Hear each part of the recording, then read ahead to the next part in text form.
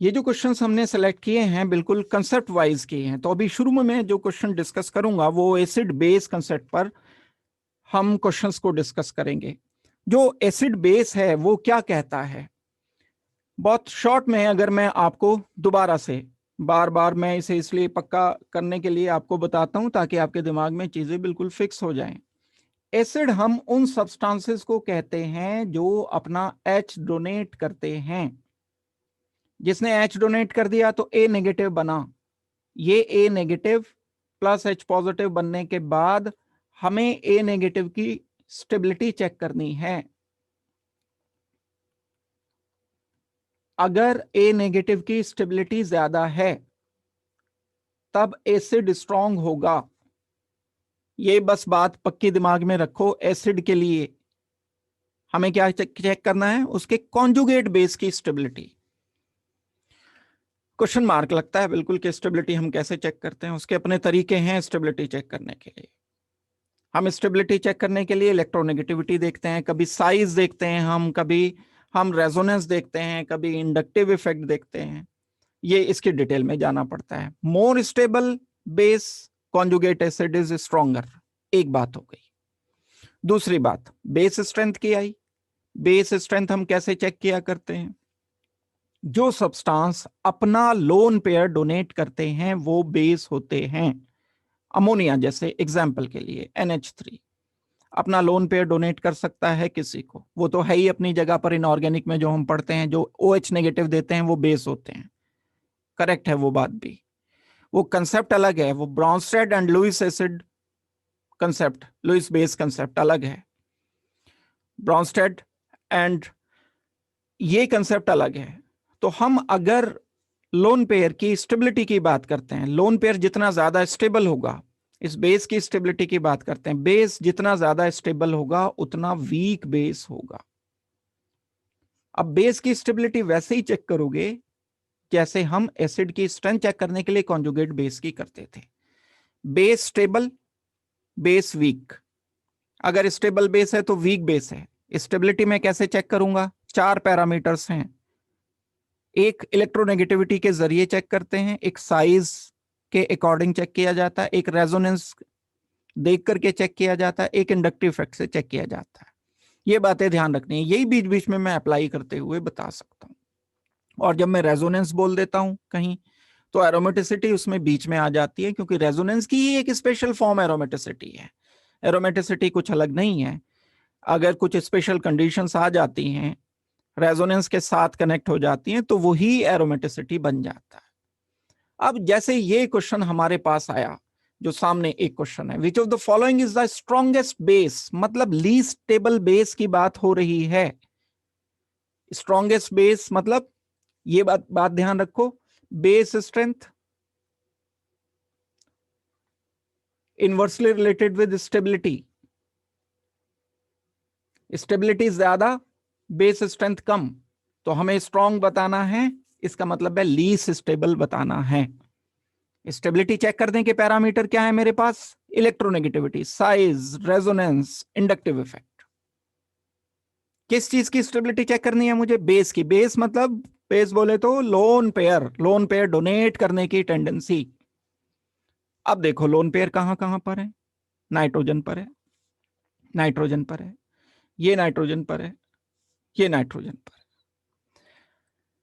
यहां अगर मैं पहले वाले केस की बात करता हूं तो नाइट्रोजन का लोन पेयर रेजोनेंस करके गायब हो जा रहा है और स्टेबल है। जब रेजोनेंस करता है लोन पेयर तो स्टेबल हो जाता है, तो ये तो स्टेबल हो गया, इसकी स्टेबिलिटी तो कम रहेगी, यानी ये वीकर बेस रहेगा। ये लोन पेयर रेजोनेंस नहीं कर पा रहा है क्योंकि यहां डबल बॉन्ड नहीं है। मोर ओवर अगर मैं इसे ज्यादा और डिटेल से देखूंगा तो ये एरोमेटिक भी है, लोन पेयर इन्वॉल्व हो रहा है इसमें, इसलिए एरोमेटिक है ये।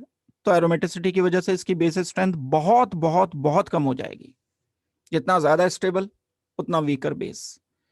ये अवेलेबल है, ये अगर देखते हो तो अवेलेबल है क्योंकि ये कोई रेजोनेंस नहीं कर रहा है। उल्टा इलेक्ट्रॉन डोनेटिंग ग्रुप लगे हुए हैं नाइट्रोजन पर, अगर इलेक्ट्रॉन रिलीजिंग एल्काइल ग्रुप लगे होते हैं, कार्बन लगे होते हैं, तो वो इलेक्ट्रॉन डोनेट करते हैं इंडक्टिव इफेक्ट से और बेस ज्यादा बना देते हैं इसको। ये आपको एमीन वाले चैप्टर में भी बात काम आएगी बोर्ड में, जो अमीन वाले चैप्टर्स हैं उसमें बड़े बोर्ड में भी क्वेश्चन आते हैं, और कंपटीशन का तो है ये बिल्कुल बड़ा एक टॉपिक इंपॉर्टेंट। तो ये डोनर लगे हुए हैं। फिर वापस आता हूं मैं बात पर, electron donating. Electron donating, electron donating तो क्या करता है, बेस स्ट्रेंथ बढ़ा देता है, बेस स्ट्रेंथ बढ़ा देता है। ठीक है, कंपैरिजन करना, यहां देखते हैं नाइट्रोजन। ठीक है, एक बात, ये पिरिडीन मॉलिक्यूल है, बड़ा इंपॉर्टेंट मॉलिक्यूल। पिरिडीन के लिए एक बात फिलहाल ध्यान रखो, आगे क्वेश्चन आएगा एक, उसमें मैं डिटेल से इसे डिस्कस करूंगा। पिरिडीन का लोन पेयर ये रेजोनेंस नहीं करता है, पिरिडीन का ये लोन पेयर रेजोनेंस में पार्ट नहीं लेता है। ठीक है, अवेलेबल लोन पेयर है, ज्यादा बेसिक होना चाहिए, लेकिन ये नाइट्रोजन डबल बॉन्डेड नाइट्रोजन है। डबल बॉन्डेड नाइट्रोजन होने का मतलब क्या हो गया, ये नाइट्रोजन sp2 हाइब्रिडाइज्ड होने की वजह से ज्यादा इलेक्ट्रोनेगेटिव है sp3 नाइट्रोजन के कंपैरिजन में। इस नाइट्रोजन का हाइब्रिडाइजेशन देखो, sp3 है। और इलेक्ट्रोनेगेटिविटी के लिए आप एक बात जानते हो कि अगर sp3 हाइब्रिडाइज्ड एलिमेंट पर लोन पेयर है तो sp3 की इलेक्ट्रोनेगेटिविटी कम होती है, sp2 की थोड़ी ज्यादा होती है, sp की और ज्यादा इलेक्ट्रोनेगेटिविटी होती है। यहां नाइट्रोजन sp2 होने की वजह से ज्यादा इलेक्ट्रोनेगेटिव हो जाता है, और ज्यादा इलेक्ट्रोनेगेटिव पर लोन पेयर कुछ ज्यादा स्टेबल होगा इनके कंपैरिजन में। तो ये दो तो रह गए पीछे, ये दो आगे दौड़ में निकल गए, ये दो ज्यादा बेसिक है इन दो से। बात आती है अब इसकी, इसमें कार्बन लगे हुए हैं नाइट्रोजन पर, एक कार्बन, दो कार्बन, तीन कार्बन। इस कार्बन पर देखो, इस नाइट्रोजन पर देखो, ये कार्बन, ये कार्बन, यानी कुल मिलाकर के जो डोनेट कर रहे हैं इसको, तो 5 कार्बन डोनेट कर रहे हैं, जबकि इसको 4 कार्बन डोनेट कर पा रहे हैं। इंडक्टिव इफेक्ट बोल रहा था ना मैं, जितने ज्यादा कार्बन होंगे उतना डोनेटिंग इफेक्ट होगा, जितना ज्यादा डोनेटिंग इफेक्ट होगा उतना लोन पेयर ज्यादा अवेलेबल होगा, ज्यादा डोनेट कर पाएगा, ज्यादा बेसिक होगा, उतना ही लोन पेयर कम स्टेबल होगा।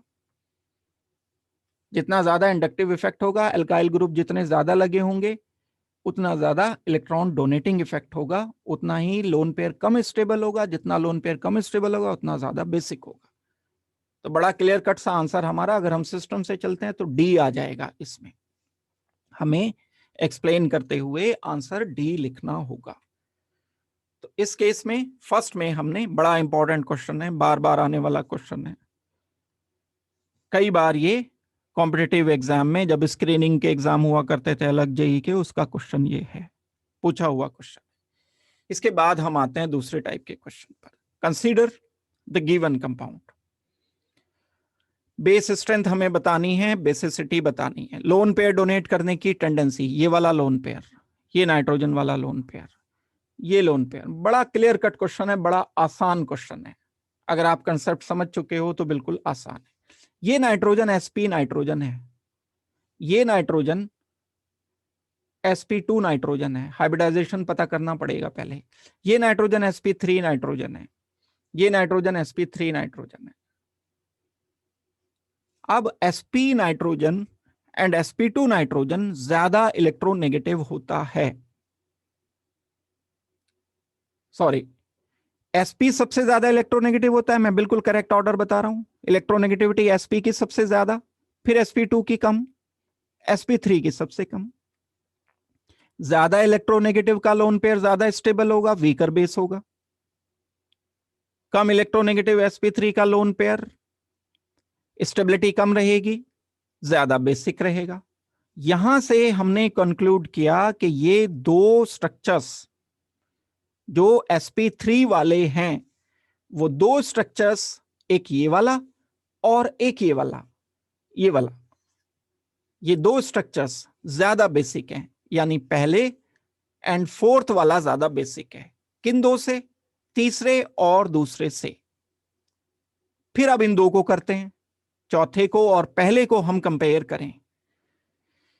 ये भी sp3 है, लेकिन इस नाइट्रोजन पर एक इलेक्ट्रॉन डोनेटिंग ग्रुप लगा है सिर्फ, पहले वाले केस में। फोर्थ वाले केस में नाइट्रोजन पर 2 इलेक्ट्रॉन डोनेटिंग ग्रुप लगे हैं।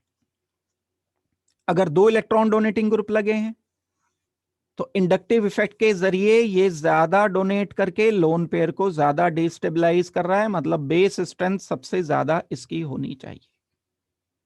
फोर्थ आ गया हमारा आंसर, सबसे ज्यादा बेसिक है 4, उससे कम बेसिक है 1 क्योंकि है तो sp3, फिर उससे कम बेसिक होगा sp2 क्योंकि इलेक्ट्रोनेगेटिविटी ऑर्डर लिखा है मैंने, और सबसे कम बेसिक होना चाहिए ये sp वाला। तो 4 सबसे ज्यादा, फिर उसके बाद 1, फिर उसके बाद 2, फिर उसके बाद 3। हमारा जो आंसर आएगा फाइनली ए आ जाएगा। ये बिल्कुल कंसेप्ट के साथ करते हो तो मिलते जुलते आसपास के भी क्वेश्चन मिलता जरूर है, क्वेश्चन एसिड से, बेस से, रेजोनेंस से, इंडक्टिव इफेक्ट से, बॉन्ड डिस्टेंस, बॉन्ड स्ट्रेंथ, बहुत क्वेश्चन आपको मिलेंगे और आना तो है ही है क्वेश्चन, ये तो पक्की बात है, लिखा लो मेरे से कहीं पर कि क्वेश्चन तो आएंगे ही आएंगे। ऐसा हो ही नहीं सकता कि इस एरिया से टॉपिक से क्वेश्चन ना उठाएं, इसीलिए मैं थोड़ा डिटेल के साथ और थ्योरी बता करके इसको डिस्कस कर रहा हूं। नेक्स्ट क्वेश्चन पर आते हैं। इसके बाद दूसरा क्वेश्चन हम देखते हैं, यहां पर हमें एमीन्स गिवन है C6H5NH2, ऑर्थो, ओ मतलब ऑर्थो, नाइट्रो, बेंजीन पर NH2 लगा है। एक 2 का मैं स्ट्रक्चर ड्रॉ कर रहा हूं, कुछ लोगों को ऐसे लिखने में कंफ्यूजन हो सकता है। ऐसा है ये बेंजीन, NH2 ग्रुप लगा है, एंड ऑर्थो पोजीशन पर NO2 ग्रुप लगा है, N double bond oxygen, coordinate bond oxygen. यहां पैरा पोजीशन पर नाइट्रो ग्रुप लगा हुआ है, यहां मेटा पोजीशन पर नाइट्रो ग्रुप लगा हुआ है। ये तीन कंडीशंस को आप कंसीडर करो। NH2 ग्रुप की बात करो, नाइट्रोजन के लोन पेयर को हमें चेक करना है, एक ऑर्थो, एक पैरा, एक मेटा। बात आ जाती है रेजोनेंस पर, जितने भी 4 के 4 ये मॉलिक्यूल गिवन है, एनिलीन भी एंड नाइट्रो एनिलीन भी, ये सब रेजोनेंस कर रहे हैं। कोई भी ऐसा इवन एक भी नहीं है जो रेजोनेंस नहीं कर रहा है, यानी सब के सब स्टेबल हैं। लेकिन हमें तो देखना है ज्यादा स्टेबल कौन सा है। जब आप नाइट्रोजन के लोन पेयर को रेजोनेंस कराने के लिए बोलोगे तो इधर डिलोकलाइज कर जाएगा, डिलोकलाइज यहां इधर कर जाएगा। अगर डिलोकलाइज कर गया तो अब ये कम अवेलेबल है, कम अवेलेबल है तो कम बेसिक है। सिंपल एलिफेटिक एमीन के कंपैरिजन में ये चारों बेस कम बेसिक हैं, लेकिन एलिफेटिक एमीन से तो हमें कंपेयर ही नहीं करना, ये 4 गिवन है। अब हम इस पर ध्यान देते हैं कि ये NO2 ग्रुप क्या है। ये जो NO2 ग्रुप लगा हुआ है यहां, ये इलेक्ट्रॉन विड्रॉइंग ग्रुप है, अपनी तरफ खींचते हैं इलेक्ट्रॉन। जब कभी किसी बेस के साथ कोई इलेक्ट्रॉन विड्रॉइंग ग्रुप लगा होता है तो वो बेस की स्ट्रेंथ को कम कर देता है। कंसेप्ट आपको ये दिमाग में पक्का करना है। नाइट्रोजन है, लोन पेयर ये देने के लिए जा रहा था, लेकिन इधर से आके इसने अपनी तरफ खींच लिया, लोन पेयर देने नहीं दिया, तो बेस स्ट्रेंथ कम हो गई। Electron withdrawing group, electronegative, fluorine हो, क्लोरीन हो, NO2 हो, CHO हो, CN हो, ये सब बेस स्ट्रेंथ को कम कर देते हैं। ये तीनों बेस स्ट्रेंथ को कम कर रहे हैं, तो इसका मतलब है क्लियर कट बात हो गई, सबसे ज्यादा बेसिक तो ये है। 1 सबसे ज्यादा बेसिक आ गया, तो 1 तो A में भी है, C में भी है एंड D में भी है, यानी B हमारा आंसर नहीं है। ऐसे भी सोच लो, लेकिन ये कंपाइलेशन बड़ी तेजी से करना पड़ेगा, प्रोसेसर तेज चलाना पड़ेगा।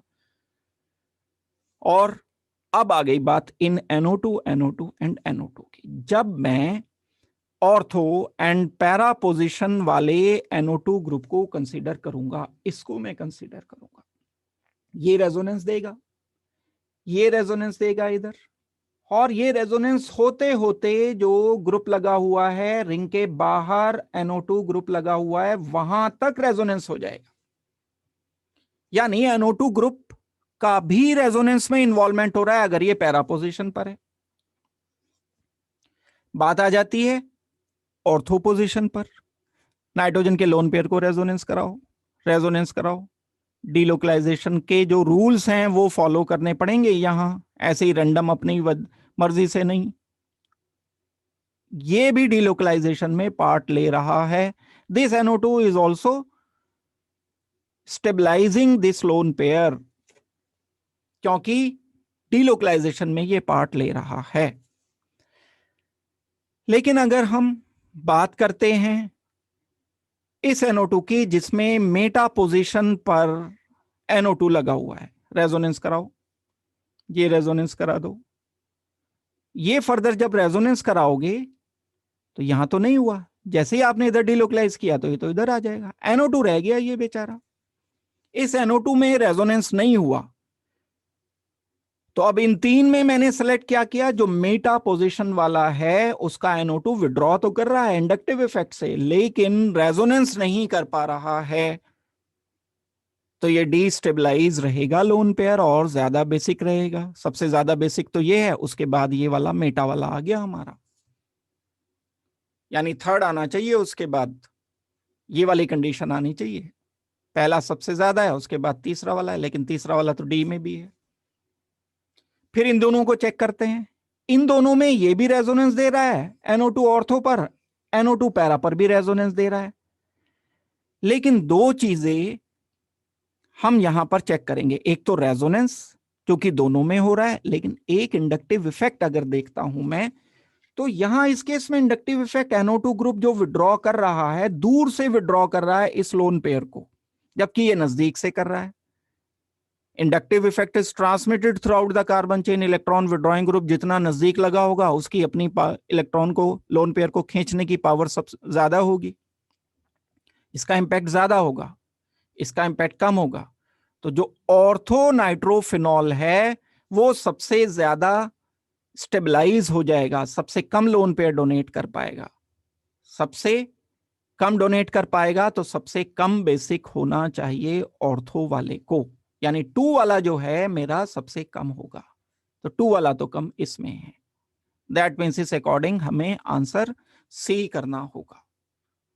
सिस्टमैटिकली करेंगे अगर हम, देखो आंसर एग्जाम में करने में इतना देर नहीं लगेगी, मैं तो सारी चीजें आसपास की बता रहा हूं ना। अब हर क्वेश्चन में एक ही बात लग रही है, तो आप हर बार, दिमाग तो ज्यादा तेज काम करता है ना, जब थ्योरी पढ़ी जाती है तो वो सारी, इतनी देर नहीं लगनी, मुश्किल से 1 मिनट का क्वेश्चन करने का है ये, फ्लो चार्ट दिमाग में बनेगा और सॉल्व होता चला जाएगा, क्वेश्चन आप बड़े आराम से कर लोगे, बस इन्हें छोड़ना नहीं है क्वेश्चन को, अभी भी करना है, एक बार दोबारा कंसेप्ट इनके घर पर जाकर के दोबारा से इनके कंसेप्ट एक बार रिपीट करने हैं, तब ये हो पाएंगे। तो इसमें हमने आंसर कर दिया सी।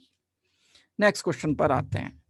ये क्वेश्चन जो है अगला क्वेश्चन, ये फर्दर बेस की बात हो रही है, इस बार सबसे वीक बेस की बात हो रही है। वीक बेस वो होगा जो सबसे मुश्किल से लोन पेयर को डोनेट करेगा। बहुत क्लियर कट, देखते ही सबसे पहले आंसर दिमाग में डी आ जाता है, इसलिए क्योंकि अभी थोड़ी देर पहले बात की थी, sp2 हाइब्रिडाइज्ड है नाइट्रोजन, sp3 हाइब्रिडाइज्ड है नाइट्रोजन, sp3 हाइब्रिडाइज्ड है नाइट्रोजन और कोई रेजोनेंस नहीं कर रहा है, sp3 हाइब्रिडाइज्ड है नाइट्रोजन। इलेक्ट्रोनेगेटिविटी बड़ा फैक्टर होता है एक, जो ज्यादा इलेक्ट्रोनेगेटिव पर लोन पेयर होते हैं वो ज्यादा स्टेबल होते हैं, ज्यादा स्टेबल कम बेसिक होते हैं। जैसे अगर मैं इसको रोक करके एक सिंपल सा एग्जांपल आपको बता दूं, आपको अगर कहा जाए कि एक अमोनिया है NH3, एक वाटर है, इनमें ज्यादा बेसिक बताओ, तो बिल्कुल बिना किसी हेजिटेशन के आप अमोनिया को ज्यादा बेसिक बताओगे। क्यों भाई? नाइट्रोजन की क्योंकि इलेक्ट्रोनेगेटिविटी कम है, ऑक्सीजन की ज्यादा है, ऑक्सीजन पर लोन पेयर ज्यादा स्टेबल है, ज्यादा स्टेबल होने का मतलब है कम बेसिक है, वीक बेस है। अच्छा देखो, कॉन्जुगेट एसिड की प्रॉब्लम यहीं के यहीं कर लो। अगर मैं इन दोनों के कॉन्जुगेट एसिड लिख देता हूं, NH4 पॉजिटिव के बारे में, ये भी आ सकता है, बिल्कुल क्यों नहीं आ सकता। क्वेश्चन आपसे पूछा गया कि इन दोनों में कौन सा स्ट्रॉन्गर एसिड है, H3O पॉजिटिव में एंड अमोनियम आयन में, तो आपका तरीका क्या है एसिड बताने के लिए? आप क्या करते हो, आप कॉन्जुगेट बेस बना देते हो, कॉन्जुगेट बेस बनाओ, वाटर बन गया, इसका अमोनियम आयन का कॉन्जुगेट बेस जो बन गया वो अमोनिया बन गया। क्या बोला करते थे, बात क्या थी कि जो कॉन्जुगेट बेस बनता है अगर वो ज्यादा स्टेबल है तो वो वीक बेस है, वीक बेस का कॉन्जुगेट एसिड स्ट्रॉन्गर एसिड होता है। तो ये कंसेप्ट एक ही चल रहा है, एसिड के लिए भी बेस के लिए भी, दोनों के लिए एक ही बात चलेगी, अलग अलग कुछ नहीं चेक करना। तो मैंने जब आपको बताया वाटर वीकर बेस है, रीजन उसका दिया इलेक्ट्रोनेगेटिविटी, हर जगह नहीं लगती इलेक्ट्रोनेगेटिविटी, आपको पिछली क्लासेस में मैं क्लियर कट बता चुका हूं। अगर एक ही पीरियड के मेंबर हैं तो आप इलेक्ट्रोनेगेटिविटी बताओ, अगर एक ग्रुप के मेंबर हैं तो हमें कुछ नहीं देखना, साइज देखना है, साइज के अकॉर्डिंग चलेगा, इलेक्ट्रोनेगेटिविटी छोड़ देनी है। सेम एलिमेंट पर नेगेटिव चार्ज है तब आपको रेजोनेंस पर आना है, और रेजोनेंस भी नहीं हो रहा है तब आपको इंडक्टिव इफेक्ट पर आना है। सबसे बाद की बात है। तो पहला फैक्टर तो इलेक्ट्रोनेगेटिविटी का डिफरेंस मिल गया हमें, एलिमेंट सेम है, ये तो एक पीरियड के क्या एलिमेंट ही सेम है, तो हम तो इलेक्ट्रोनेगेटिविटी देखेंगे। sp2 ज्यादा इलेक्ट्रोनेगेटिव sp3 से, सबसे ज्यादा sp होता है, फिर sp2 इलेक्ट्रोनेगेटिव, फिर सबसे कम इलेक्ट्रोनेगेटिव sp3 होता है। तो ज्यादा इलेक्ट्रोनेगेटिव पर लोन पेयर मतलब ज्यादा स्टेबल, ज्यादा इलेक्ट्रोनेगेटिव मतलब लोन पेयर को अपनी तरफ खींच के रखेगा, इलेक्ट्रोनेगेटिव मतलब लोन पेयर पर कब्जा करके रखेगा, देगा नहीं किसी को, वो नहीं देगा तो वीक बेस होगा, वीक बेस होगा तो इसका कॉन्जुगेट एसिड स्ट्रांग होगा। अगर दे दिया जाए कभी, कल को आपको एक क्वेश्चन दे दिया गया, सपोज करते हैं कि पिरिडीन पर नाइट्रोजन पर पॉजिटिव चार्ज लिख करके दे दिया यहां, और आपसे पूछ लिया, इसके कंपैरिजन में पूछ लिया, ये नाइट्रोजन है, यहां पर H है और H है पॉजिटिव है, ये दो एसिड दे दिया। अब इन्हें बोला कि कौन सा स्ट्रॉन्गर एसिड है जिसका कॉन्जुगेट बेस वीक है, वीक तो इसका कॉन्जुगेट एसिड है, इसका कॉन्जुगेट एसिड क्या है, H हटा के जो भी बनता है वो कॉन्जुगेट एसिड होता है। तब हम इनके साथ के साथ दिमाग में सोचते चलो, एक क्वेश्चन पर थोड़ा सा टाइम लगाओ, साथ के साथ इनके कॉन्जुगेट एसिड भी सोचते चलो, तो एसिड बेस दोनों इकट्ठे होंगे ये साथ, और स्टेबिलिटी भी होगी साथ, कार्बन आयन की स्टेबिलिटी भी होगी, जो लोन पेयर की स्टेबिलिटी का ऑर्डर वही कार्बन आयन की स्टेबिलिटी का ऑर्डर। अभी आएंगी प्रॉब्लम कुछ, वो भी हम डिस्कस करेंगे। तो जब हम इस पिरिडीन मॉलिक्यूल को बात करेंगे तो sp2 इलेक्ट्रोनेगेटिव होने की वजह से मोस्ट स्टेबल ये रहेगा, तो हमारा आंसर लीस्ट बेसिक भी डी ही आएगा। तो ये बड़ा सिंपल सा एक एक्सप्लेनेशन हमें दे देना चाहिए। हमें आंसर क्या लिखना होगा इसमें, आंसर लिखना होगा हमें डी। दूसरे क्वेश्चन पर आते हैं। इसके बाद जो क्वेश्चन है हमारा वो बेस स्ट्रेंथ का ही है, strongest base among the following compound. देखो, जो हम नाइट्रोजन के लोन पेयर की या दुनिया के किसी भी एलिमेंट के लोन पेयर की स्टेबिलिटी की बात कर रहे हैं, उसको कंसेप्ट को मैं दोबारा से एक बार आपको बताता हूं। स्टेबल बेस मतलब लोन पेयर, और वीक बेस।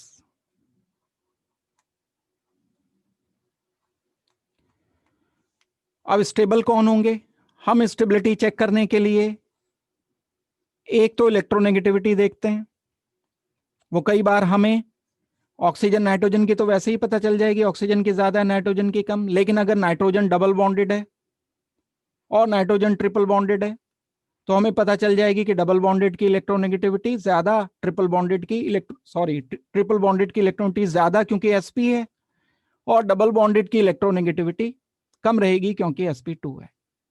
तो सेम एलिमेंट की इलेक्ट्रोनेगेटिविटी, तो इलेक्ट्रोनेगेटिविटी के भी फिर कई सारे डायमेंशंस हैं, सोचने पड़ेंगे। फिर अगर इलेक्ट्रोनेगेटिविटी से काम नहीं चल रहा है तो एक साइज आता है। साइज हमें बच्चों कभी भी अप्लाई करना है, अप टू डाउन ही मूव करने पर साइज चेक करोगे, कभी और इसके अलावा देखना ही नहीं है। क्लोरीन, फ्लोरीन, ब्रोमीन, आयोडीन में साइज देखा जाएगा, ऑक्सीजन सल्फर में साइज देखा जाएगा, नाइट्रोजन फास्फोरस एक ग्रुप के मेंबर हैं, एक पीरियड के मेंबर नहीं है, साइज देखा जाएगा, इलेक्ट्रोनेगेटिविटी अब नहीं देखनी है। साइज बड़ा, लोन पेयर ज्यादा stable, weak base. Up to down move करने पर बेस स्ट्रेंथ कम होती चली गई, हमेशा कम ही होगी। लोन पेयर बड़े एलिमेंट पर अगर है तो ज्यादा स्टेबल है, ज्यादा स्टेबल है तो वो आराम से डोनेट नहीं कर पाएगा और वीकर बेस होगा। आई नेगेटिव वीक बेस है, एफ नेगेटिव स्ट्रॉन्गर बेस है। ये साइज की बात हो गई। कई बार ऐसा भी केस आता है, ना साइज डिफरेंट ना इलेक्ट्रोनेगेटिविटी डिफरेंट, जैसे कार्बन ऑक्सीजन नेगेटिव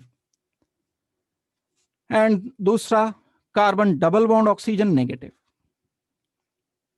लेकिन अब रेजोनेंस की घटना आ गई यहां पर, फिनोमेनन। दूसरे वाले केस में रेजोनेंस हो रहा है, पहले वाले केस में रेजोनेंस नहीं हो रहा है, तो इसको ज्यादा स्टेबल बताओगे। ज्यादा स्टेबल मतलब वीकर बेस है, स्ट्रॉन्गर बेस ऑक्सीजन नेगेटिव होगा, CH3CO नेगेटिव वीकर बेस होगा। ये एक बात हो गई। रेजोनेंस को मतलब कब अप्लाई करना है, जब इलेक्ट्रोनेगेटिविटी से प्रॉब्लम सॉल्व नहीं हुई, साइज से प्रॉब्लम सॉल्व नहीं हुई, तब रेजोनेंस देखा जाएगा। ध्यान रखना इस बात को। सबसे पहले जो दुनिया रेजोनेंस चेक कर लेती है, बिल्कुल गलत कंसेप्ट है। सैकड़ों एग्जाम्पल है मेरे पास देने के लिए। फिर तो HCl and C double bond CH, ethene को ज्यादा एसिडिक होना चाहिए था HCl के कंपैरिजन में। अगर रेजोनेंस पहले लगाओगे, यहां पर H हटा दो, H हटाने के बाद डबल बॉन्डेड कार्बन पर नेगेटिव चार्ज आ जाएगा, ये नेगेटिव रेजोनेंस कर रहा है। H हटने के बाद Cl नेगेटिव बनेगा, Cl तो रेजोनेंस नहीं कर रहा है। फिर ये इतना स्ट्रॉन्ग एसिड क्यों होता है? तो बहुत स्ट्रॉन्ग एसिड है। इथीन तो एसिड होता ही नहीं। रेजोनेंस नहीं देख रहे हैं हम, यहां इलेक्ट्रोनेगेटिविटी एंड साइज देख रहे हैं। क्लोरीन का साइज बहुत बड़ा है, इलेक्ट्रोनेगेटिविटी बहुत ज्यादा है, इसलिए ज्यादा स्टेबल है। रेजोनेंस को तो एक तरफ निकाल के बाहर खड़ा कर दिया। रेजोनेंस बाद की चीज है, तीसरे नंबर की चीज है रेजोनेंस। अब सब जो पहले नंबर पे से लगा देते हैं, चलो लगा दो, लेकिन बहुत सारी प्रॉब्लम सॉल्व नहीं कर सकते। फिर कुछ एक हो जाती हैं, ये जो सीधी सीधी प्रॉब्लम वो सॉल्व हो जाएंगी। तीसरे नंबर। अब रेजोनेंस से भी नहीं सॉल्व हो रही है प्रॉब्लम। एक कार्बन पर नेगेटिव चार्ज है, इस पर 3 ग्रुप लगे हुए हैं, सपोज करते हैं। एक कार्बन पर नेगेटिव चार्ज है, इस पर एक ही ग्रुप लगा हुआ है। ना तो रेजोनेंस है, ना साइज का डिफरेंस है, ना इलेक्ट्रोनेगेटिव डिफरेंस है। अब इंडक्टिव इफेक्ट पर आ जाएगी बात। जितने इलेक्ट्रॉन डोनेटिंग ग्रुप हैं उतना ही डिस्टेबलाइज करेंगे, जितने इलेक्ट्रॉन विड्रॉइंग ग्रुप हैं उतना ही स्टेबलाइज करेंगे। नेगेटिव चार्ज है, अगर कार्बन पर नेगेटिव है और आपने कोई इलेक्ट्रॉन खींचने वाला ग्रुप लगा दिया, तो भाई ये तो कम हो जाएगा ना, नेगेटिव चार्ज की डेंसिटी कम हो जाएगी। अगर डेंसिटी कम हो गई, इसी की तो प्रॉब्लम कर रहा था ये, नेगेटिव चार्ज ही की वजह से तो डिस्टेबलाइज था ये, तो स्टेबिलिटी बढ़ जाएगी क्योंकि नेगेटिव चार्ज कम हो गया। और अगर कोई आपने इलेक्ट्रॉन डोनेटिंग ग्रुप लगा दिया, जैसे अल्काइल ग्रुप लगा दिया, अल्काइल ग्रुप क्या करेगा? अल्काइल ग्रुप इस नेगेटिव चार्ज को और बढ़ा देगा, डिस्टेबलाइज कर देगा, बेस स्ट्रेंथ ज्यादा कर देगा, कॉन्जुगेट एसिड की एसिड स्ट्रेंथ कम कर देगा।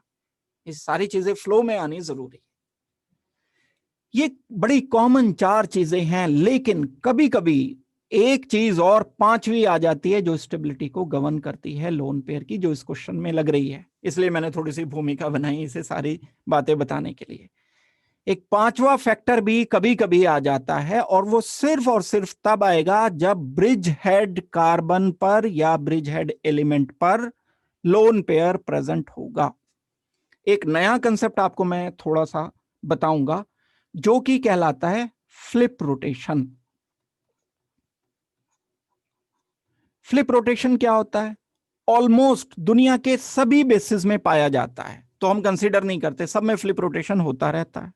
जैसे आपको अमोनिया बोला, अमोनिया पिरामिडल है स्ट्रक्चर, ये नाइट्रोजन का लोन पेयर sp3 नाइट्रोजन पर है, लोन पेयर अपवर्ड है, ये 3 हाइड्रोजन है, ये फ्लिप करने की टेंडेंसी रखता है। फ्लिप कैसे करेगा? ये नाइट्रोजन डाउनवर्ड थे H, ये खुद से बहुत सारे मोशन मॉलिक्यूल में हमेशा बिना हमारी मर्जी के मॉलिक्यूल की एनर्जी होने की वजह से चलते रहते हैं, खुद ब खुद स्पॉन्टेनियसली चलते रहते हैं। तो ये फ्लिप करेगा ऊपर, ये हाइड्रोजन ऊपर जाएगा, ऊपर जाएगा, ऊपर जाएगा, लोन पेयर नीचे आएगा। ध्यान रहे, मॉलिक्यूल को रोटेट नहीं किया मैंने कभी, आपको पूरे मॉलिक्यूल को रोटेट करके लोन पेयर नीचे और हाइड्रोजन ऊपर, तब भी ऐसा ही दिखेगा। ये अम्ब्रेला की तरह से है। ये अम्ब्रेला लिया मैंने, एक तो ये है कि अम्ब्रेला को मैं पूरा उल्टा कर दूं, और एक ये इसको यहां से रोक करके इसके हैंडल को यहीं पकड़ लिया और इस वाले पार्ट को ऊपर कर दिया, फ्लिप कर दिया ऐसे, ये फ्लिप हुआ है। I am not talking about inversion, inversion अलग चीज है, ऑप्टिकल आइसोमेरिज्म पे मत पहुंच जाना अभी भी, तो कायरलिटी से रिलेशन है, कायरल की तो बात ही नहीं है यहां कोई। फ्लिप समझो, फ्लिप का मतलब क्या हो गया? उल्टा कर देते हैं, जैसे हम कई बार कोई कवर किसी चीज का उतारते हैं तो उल्टा होकर उतर जाता है, फ्लिप हो जाता है वो। कोई अगर मैंने रैप कर रखा है किसी चीज को, यहाँ कवर चढ़ा रखा है इसके ऊपर, तो मैं इस कवर को उतारता हूं तो ये वाला पोर्शन यहीं रह जाता है, ये बाहर चला जाता है, उल्टा हो जाता है जिसे हम कहते हैं, तो फ्लिप हो जाता है। सॉक्स पहन रखे हैं, ग्लव्स पहन रखे हैं, तो ग्लव्स को बिल्कुल पकड़ लो और उसे उतारो तो सारी उसकी फिंगर्स जो है उल्टी हो जाएंगी, ये फ्लिप हो गया। ये फ्लिप होना है, रोटेट करना नहीं, रोटेट करना एक अलग फिनोमेनन है।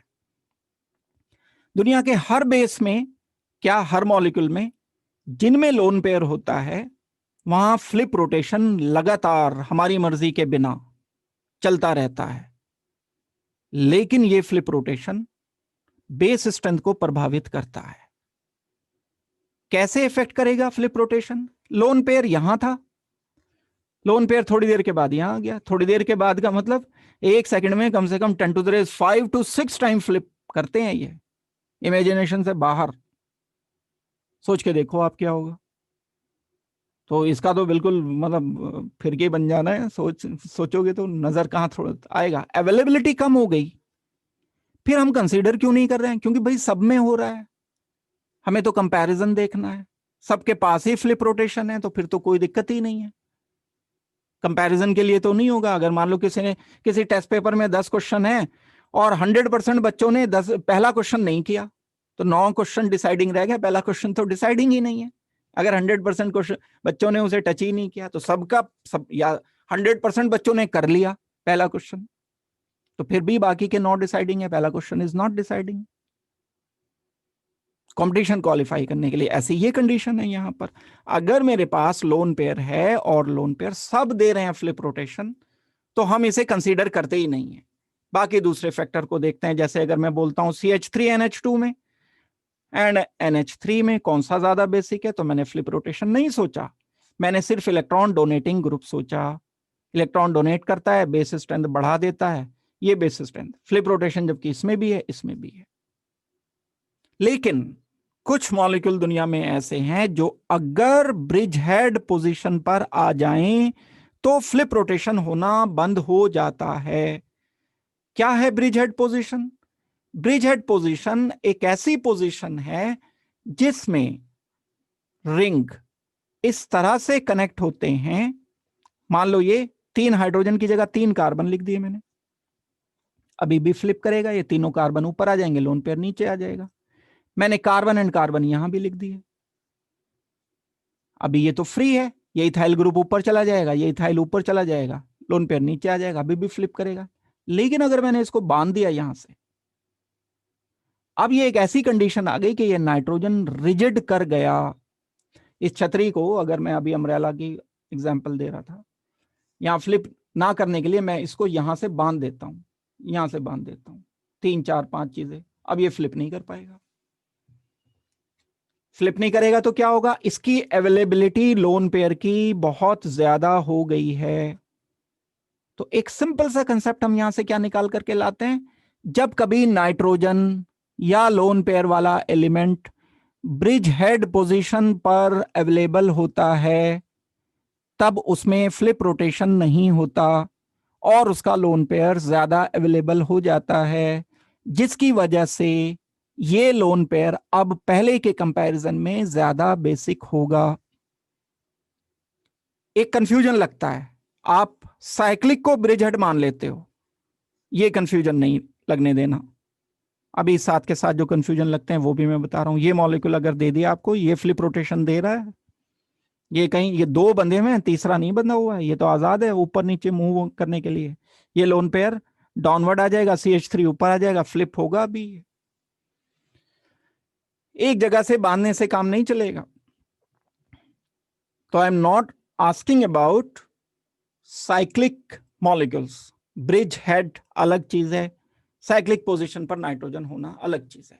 तो अब देखो, अब पढ़ो, ये कंसेप्ट जानने के बाद क्वेश्चन को पढ़ो। स्ट्रॉन्गेस्ट बेस, ना तो यहां ब्रिज हेड है ना यहां, भाई ये तो वैसे भी कम है बेसिक, क्योंकि लोन पेयर रेजोनेंस कर रहा है, वैसे भी कम है, स्ट्रॉन्गेस्ट तो हो ही नहीं सकता। ये तो लोन पेयर एरोमेटिक है।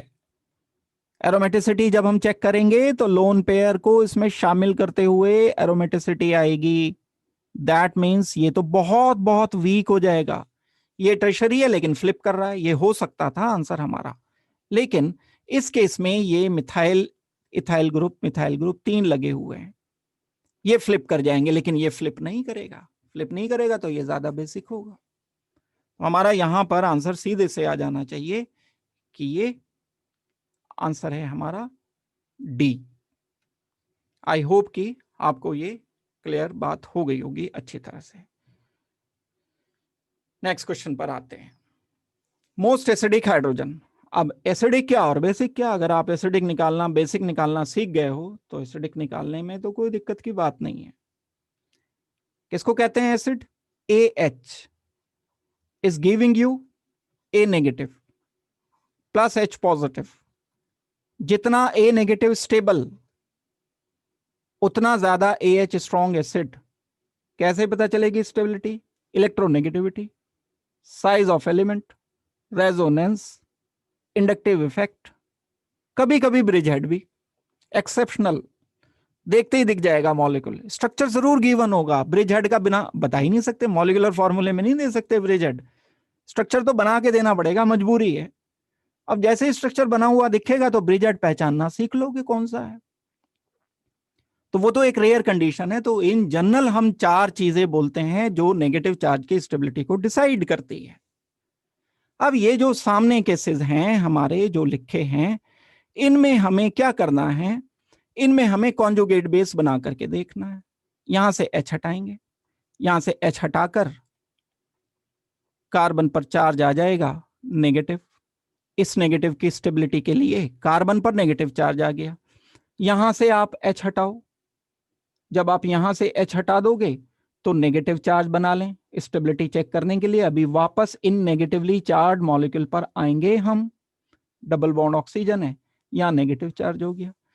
इसकी बात करते हैं, CH है यहां। अब COCH3 स्ट्रक्चर केयरफुली लिखना पड़ेगा। CH, C double bond oxygen, CH3 3 बार है तो 3 बार लिखना चाहिए हमें, तभी क्लैरिटी होगी। C double bond oxygen, CH3। ये H हटा दिया यहां से और उसकी जगह नेगेटिव चार्ज कॉन्जुगेट बेस बना लिया। इसकी स्टेबिलिटी मुझे चेक करनी है, अभी आते हैं वापस चेक करने के लिए। पहले इसे देख लें, इसका ये वाला H हटाएं। जब ये H हटाएंगे तो negative charge CH3 CH3 CH3। ये तो देखते ही लग रहा है काम ही उल्टा हो रहा है। यहाँ तो इलेक्ट्रॉन डोनेटिंग ग्रुप लगे हुए हैं। Electron donating group negative charge की स्टेबिलिटी को कम कर देते हैं, बेस स्ट्रेंथ को बढ़ा देते हैं। बेस स्ट्रेंथ बढ़ जाती है तो कॉन्जुगेट एसिड की एसिड स्ट्रेंथ तो बहुत कम हो जाएगी, वीकेस्ट है ये, तो इसे छोड़ दो, बिल्कुल टाइम नहीं खराब करेंगे। एसिड तो वो स्ट्रांग होंगे जो हटने के बाद नेगेटिव चार्ज स्टेबल होगा। यहां है स्टेबल, दिख रहा है ये नेगेटिव चार्ज फर्स्ट में ए में रेजोनेंस कर रहा है।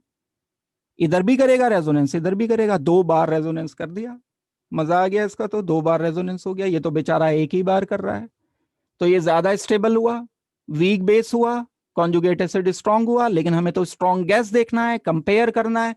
इसको चेक करते हैं, सी वाले पार्ट को। सी नेगेटिव को जब मैं इधर रेजोनेंस करा दूंगा तो कॉन्जुगेशन हो रहा है, बिल्कुल एक हो गया। सी नेगेटिव नेगेटिव सिग्मा पाए, जब इधर रेजोनेंस कराओगे तो लोन पेयर डिलोकलाइज होगा, बिल्कुल बढ़िया रेजोनेंस है। ये नेगेटिव चार्ज तीसरा एक और रेजोनेंस दे रहा है कार्बन डबल बॉन्ड ऑक्सीजन के साथ। सबसे ज्यादा तो रेजोनेंस यही दे रहा है, 3 बार रेजोनेंस दिया इस नेगेटिव ने। सब में कार्बन पर कार्बन पर नेगेटिव है।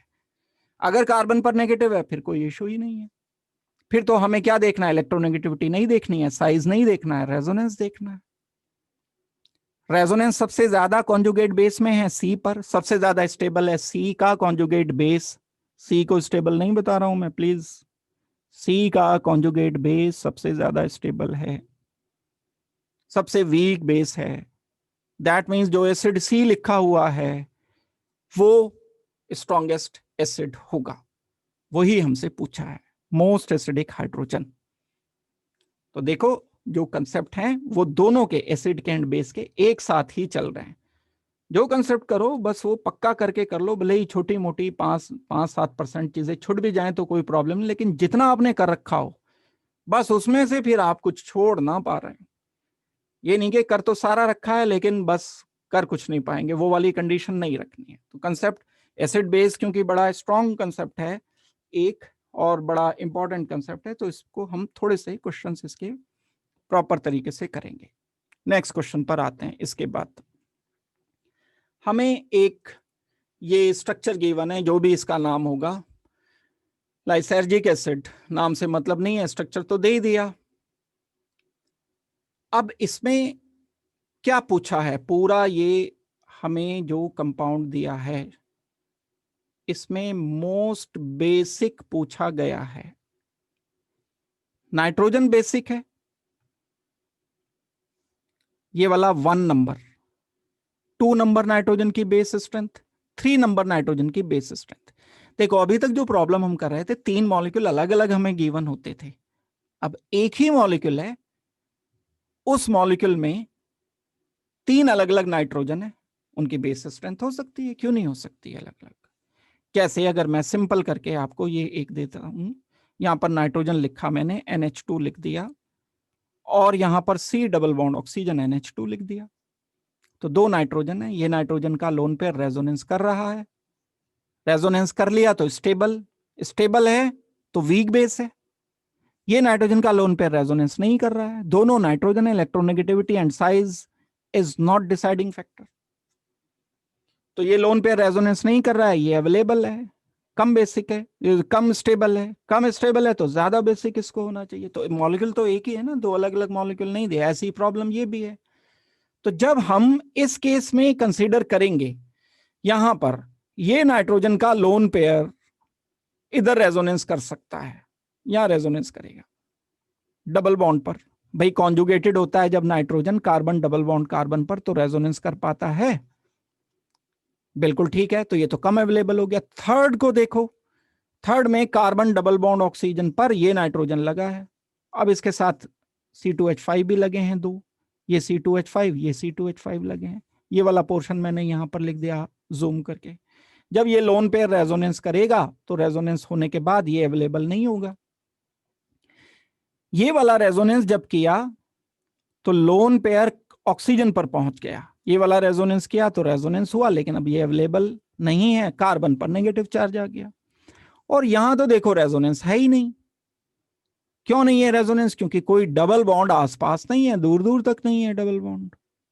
तो ये इलेक्ट्रॉन डोनेटिंग ग्रुप लगे हुए हैं, इलेक्ट्रॉन डोनेटिंग ग्रुप की वजह से क्या हो जाएगा, नाइट्रोजन पर electron releasing group, electron releasing group लगे होने की वजह से इसकी बेस स्ट्रेंथ बढ़ जाएगी, ज्यादा हो जाएगी। वही हमें बताना है, सबसे ज्यादा बेसिक बताना है हमें, मोस्ट बेसिक जो लीस्ट स्टेबल हो, 2 नंबर वाला सबसे कम स्टेबल है, 2 नंबर वाला सबसे ज्यादा बेसिक रहेगा। ये हमारा आंसर होना चाहिए। आई होप कि ये वाली बात आपको समझ लग गई होगी। दूसरा क्वेश्चन देखते हैं इसके बाद हम, which is the most basic among following pairs of compound. इन दोनों में से ज्यादा बेसिक, इन दोनों में से ज्यादा बेसिक, इन दोनों में से ज्यादा बेसिक, 3 कंपाउंड दिए हैं तो हमें बताने। देखो अभी थोड़ी देर पहले कंसेप्ट करके ये हटें, ये ब्रिज हेड है, बिल्कुल है, नाइट्रोजन पर 2 रिंग लगे हुए हैं, ये lone pair bridge head position पर लगा हुआ है। यहां लोन पेयर फ्लिप रोटेशन करेगा, फ्लिप रोटेशन करने की वजह से ये अप डाउन मूव करता रहेगा। ये C2H5 थ्राइस है, मैं करेक्ट करा रहा हूं इसको, थोड़ी सी गलती है इसमें क्वेश्चन में, यहां थ्राइस होगा, तभी ये बैलेंस होगी इसकी वैलेंसी। तो जब फ्लिप रोटेशन रुक गया तो लोन पेयर ज्यादा अवेलेबल हो गया, तो second is more basic than 1, पहले का तो नतीजा ये निकल गया। अब बात आती है हमारे पास इस बी पार्ट की, ना तो फ्लिप रोटेशन हो रहा है सेकंड में, ना हो रहा है फर्स्ट में। ये नाइट्रोजन ग्रुप लगा हुआ है, नाइट्रोजन ग्रुप पर 2 कार्बन लगे हैं और एक हाइड्रोजन ग्रुप लगा हुआ है। ये है 1 स्ट्रक्चर मैंने जो लिखा। फ्लिप रोटेशन यहां होगा, ये अप एंड डाउन ये भी होगा, अप एंड डाउन ये भी होगा, लेकिन यहां इलेक्ट्रॉन डोनेटिंग इफेक्ट ज्यादा कंसीडर किया जाएगा, क्योंकि ये कनेक्टेड है। ये नाइट्रोजन को कार्बन डोनेट करेगा, कार्बन से एक और कार्बन लगा है, कार्बन से एक और कार्बन लगा है, ये कंसीडर किया जाएगा कि ये डोनेटिंग ग्रुप की तरह से एक्ट कर रहे हैं। ये नाइट्रोजन पर एक मिथाइल ग्रुप या एक CH2 ग्रुप कनेक्टेड है, इससे एक और कनेक्टेड है, इससे एक और कनेक्टेड है। रिंग का डोनेटिंग इफेक्ट, मैं की पॉइंट बता रहा हूं, रिंग का डोनेटिंग इफेक्ट, अगर इक्वल नंबर ऑफ कार्बन है, यहां भी 4 कार्बन डोनेट कर रहे हैं, यहां भी 4 कर रहे हैं, लेकिन रिंग का इलेक्ट्रॉन रिलीजिंग इफेक्ट ज्यादा कंसीडर किया जाता है। तो यहां भी सेकंड वाले को आप ज्यादा बेसिक बताओगे फर्स्ट के कंपैरिजन में। दो आ गए हमारे पास। थर्ड की बात होती है, नाइट्रोजन का लोन पेयर रेजोनेंस कर रहा है, ये नाइट्रोजन का लोन पेयर रेजोनेंस करके ऑक्सीजन पर नेगेटिव आ गया, ये भी रेजोनेंस कर रहा है, लोन पेयर अवेलेबल नहीं है, ऑक्सीजन पर नेगेटिव चार्ज आ गया। ऑक्सीजन को चेक नहीं करेंगे हम, क्योंकि नाइट्रोजन की इलेक्ट्रोनेगेटिविटी कम होती है, तो नाइट्रोजन की बेस स्ट्रेंथ कंपेयर की जा रही है। अब ये जो सेकंड मॉलिक्यूल है मेरे पास, इस सेकंड मॉलिक्यूल में रेजोनेंस अगर मैं करता हूं, तो नाइट्रोजन के लोन पेयर ने जैसे ही रेजोनेंस किया, रेजोनेंस करने पर नाइट्रोजन पर नेगेटिव चार्ज आएगा। यहां तो ऑक्सीजन पर नेगेटिव चार्ज आया और यहां नाइट्रोजन पर ही नेगेटिव चार्ज आया। नाइट्रोजन की ही बेस स्ट्रेंथ हम कंपेयर कर रहे हैं, नेगेटिव चार्ज नाइट्रोजन पर आना तो इसे बहुत ज्यादा बेसिक बना देगा। NH2 पॉजिटिव बन गया, नाइट्रोजन नेगेटिव बन गया, NH नेगेटिव। तो जब रेजोनेंस हुआ तो नाइट्रोजन नेगेटिव की वजह से, देखो दिमाग में आंसर आएगा, क्वेश्चन आएगा एकदम से कि जैसे मैं यहां रेजोनेंस कर रहा हूं तो यहां भी तो ऑक्सीजन पर नेगेटिव चार्ज आता है, लेकिन ये ऑक्सीजन बहुत ज्यादा इलेक्ट्रोनेगेटिव है, इलेक्ट्रोनेगेटिविटी की वजह से इसकी बेस स्ट्रेंथ कम रहेगी। ज्यादा इलेक्ट्रोनेगेटिविटी है तो बेस स्ट्रेंथ कम रहेगी, लेकिन यहाँ इलेक्ट्रोनेगेटिविटी कम है, तो इस केस में तो कोई रेजोनेंस नहीं है, इसमें रेजोनेंस नहीं है, रेजोनेंस का उल्टा इफेक्ट पड़ रहा है। यहाँ रेजोनेंस होने से नेगेटिव चार्ज बढ़ रहा है, ज्यादा अवेलेबल हो गया अब ये नाइट्रोजन पर लोन पेयर, नाइट्रोजन पर नेगेटिव चार्ज अपेयर हो गया, इसलिए हम सबसे ज्यादा बेसिक इन दोनों में सेकंड को बताएंगे। यहां भी second is more basic than first. तीनों केस में सेकंड वाला देख लो जहां सबसे ज्यादा बेसिक है, डी होना चाहिए आंसर हमारा। ए का सेकंड, बी का सेकंड ज्यादा बेसिक, एंड सी का सेकंड ज्यादा बेसिक। ये हमारा फाइनल आंसर रहेगा। दैट मीन्स डी हमें आंसर करना चाहिए।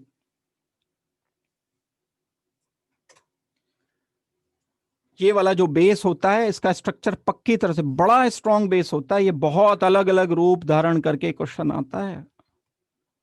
मेरे नाम इसका जो कॉमन नेम है वो याद नहीं आ रहा है, अभी बीच में आएगा तो मैं बता दूंगा। ये बड़ा एक स्ट्रॉन्ग बेस काउंट होता है। ये बेस इसलिए स्ट्रॉन्ग है क्योंकि नाइट्रोजन पर नेगेटिव चार्ज आ जाता है, और नाइट्रोजन नेगेटिव न्यूट्रल नाइट्रोजन के कंपैरिजन में अपना लोन पेयर ज्यादा आसानी से डोनेट करेंगे, इसलिए ज्यादा बेसिक होगा ये।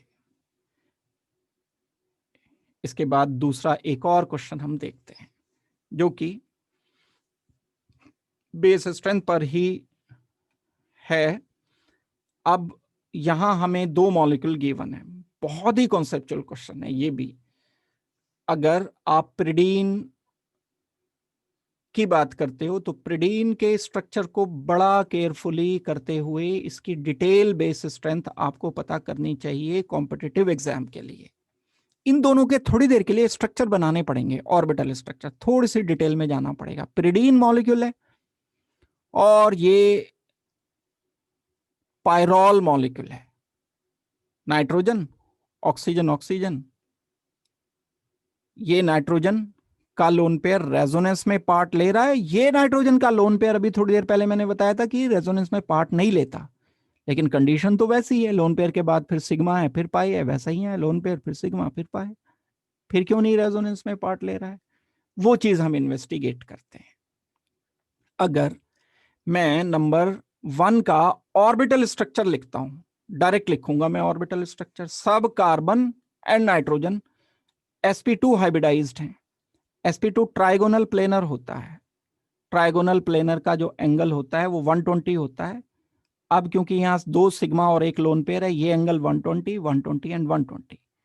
कार्बन है, कार्बन, ये कार्बन, कार्बन एंड कार्बन, ये अंडरस्टूड है, हाइड्रोजन लगे होंगे। sp2 कार्बन है, 5 के 5 ये, और नाइट्रोजन sp2 था वो मैंने लिख दिया। अब जब मैं इन पर पाई बॉन्ड बनाऊंगा तो इस पूरे प्लेन के, ये एक प्लेन में है, सब जो भी लिखा हुआ है सामने ये मैंने लिखा है, तो ये एक प्लेन में है, और इस प्लेन के बिल्कुल perpendicular unhybridised P orbital exist करते हैं। आपने हाइब्रिडाइजेशन में पढ़ रखा है, अगर sp2 हाइब्रिडाइज्ड आप बोल रहे हो तो sp2 के परपेंडिकुलर अनहाइब्रिडाइज्ड ऑर्बिटल एग्जिस्ट करेंगे। ये मैं लिख पा रहा हूं यहां पर। अब इस ऑर्बिटल एंड इस लोन पेयर को आप चेक करो। ये लोन पेयर और ये वाला ऑर्बिटल जिसमें आप रेजोनेंस कराना चाह रहे हो, यहां इसका ये परपेंडिकुलर है, रेजोनेंस नहीं देता। एक बात मैं क्या कंक्लूड कर रहा हूं, पिरिडीन, ये जो सामने लिखा है ये पिरिडीन है। पिरिडीन का लोन पेयर रेजोनेंस में पार्ट नहीं लेता। सारी कंडीशन फेवरेबल हैं फिर भी, लेकिन क्यों फिर भी? क्योंकि ये नाइट्रोजन sp2 है। sp2 होने की वजह से ये जिन ऑर्बिटल में इसको रेजोनेंस करना था अनहाइब्रिडाइज्ड ऑर्बिटल में, वो इस लोन पेयर के परपेंडिकुलर आ गए। ये कारण है। अब अगर रेजोनेंस नहीं कर सका तो अवेलेबल है तो दे डोनेट किया जाएगा, डोनेट किया जाएगा तो ज्यादा बेसिक होगा। सिंपल सी बात है। इस पर आते हैं दूसरे पर। नाम अगर याद कर लो इसका पिरिडीन तो बड़ी अच्छी बात है। दूसरे मॉलिक्यूल पर आते हैं। ये एक मॉलिक्यूल है जिसे मैं लिख रहा हूं कि ये कार्बन है, कार्बन है, यहां पर एक और कार्बन है, एक और कार्बन है, और नाइट्रोजन के साथ। इस नाइट्रोजन का हाइब्रिडाइजेशन sp2 नहीं है, H है, अंडरस्टूड है यहां। ये नाइट्रोजन sp3 नाइट्रोजन है। ये तो sp2 था। डबल बॉन्डेड होगा तो sp2 होगा ना, हाइब्रिडाइजेशन निकालना आता है आपको। तो इस पर एक H लगा हुआ है। लोन पेयर की जो डायरेक्शन है वो लोन पेयर का डायरेक्शन इस रिंग के लगभग परपेंडिकुलर आएगा। 109.5 पर है, 90 एंगल में 109 में कोई बहुत ज्यादा अंतर नहीं होता, थोड़ा सा टिल्टेड होगा। ये लोन पेयर यहां नहीं है जहां पर ये परपेंडिकुलर था बिल्कुल इसके। और जो ऑर्बिटल जिनमें आप इसको रेजोनेंस कराना चाह रहे हो वो ऑर्बिटल इसके लगभग पैरेलल आ जाते हैं, तो ये बिल्कुल डिलोकलाइज करेगा। ये डिलोकलाइजेशन इज अलाउड डिलोकलाइजेशन। ये लोन पेयर यहां रेजोनेंस करेगा, डिलोकलाइज करेगा, ये पाई बॉन्ड इधर आ जाएगा। ये है बेसिक कंडीशन। अब हम इस मॉलिक्यूल को, जिसको हम नाम देते हैं पायरॉल, ये पायरॉल मॉलिक्यूल लोन पेयर के रेजोनेंस के बाद हाईली स्टेबल हो जाता है और एरोमेटिक भी हो जाता है। मैं दूसरी तरफ जाना नहीं चाहता, दिस इज एरोमेटिक, क्योंकि अगर हम 4n+2 रूल फॉलो करें तो टोटल डिलोकलाइज इलेक्ट्रॉन 2 इलेक्ट्रॉन, 2 ये 6 हो गए। n की वैल्यू यहां पर आ गई 1। इसका मतलब ये है कि यहां हकल रूल फॉलो हो रहा है। अलग से भी क्वेश्चन आने के चांस बिल्कुल रहते हैं इसमें, पायरॉल में, थायोफीन में एंड फ्यूरेन में। ये 3 टाइप के मॉलिक्यूल इकट्ठे मिलते जुलते हैं, ये जो मैंने नाम बोले हैं। तो अब अगर मैं बेसिक इसको ज्यादा बता रहा हूं, ये ज्यादा बेसिक है इसलिए बता रहा हूं क्योंकि इसका लोन पेयर डिलोकलाइजेशन में पार्ट नहीं ले रहा है, और उसका मैंने कारण बताया आपको डिटेल से। ऑर्बिटल परपेंडिकुलर हैं क्योंकि। तो यहां तो हमें बिल्कुल सीधे से आंसर कर देना होगा, lone pair of this molecule is not taking part in delocalisation. तो बात गलत है, ये तो ले रहा है डिलोकलाइजेशन में part. Lone pair of pyridine is not taking part in delocalisation, ये बात बिल्कुल करेक्ट है, यही तो हमने निकाली है बात। तो हमारा ऑप्शन बी करेक्ट होगा इसमें। बी इसलिए करेक्ट है क्योंकि परपेंडिकुलर है lone pair and unhybridised p orbitals.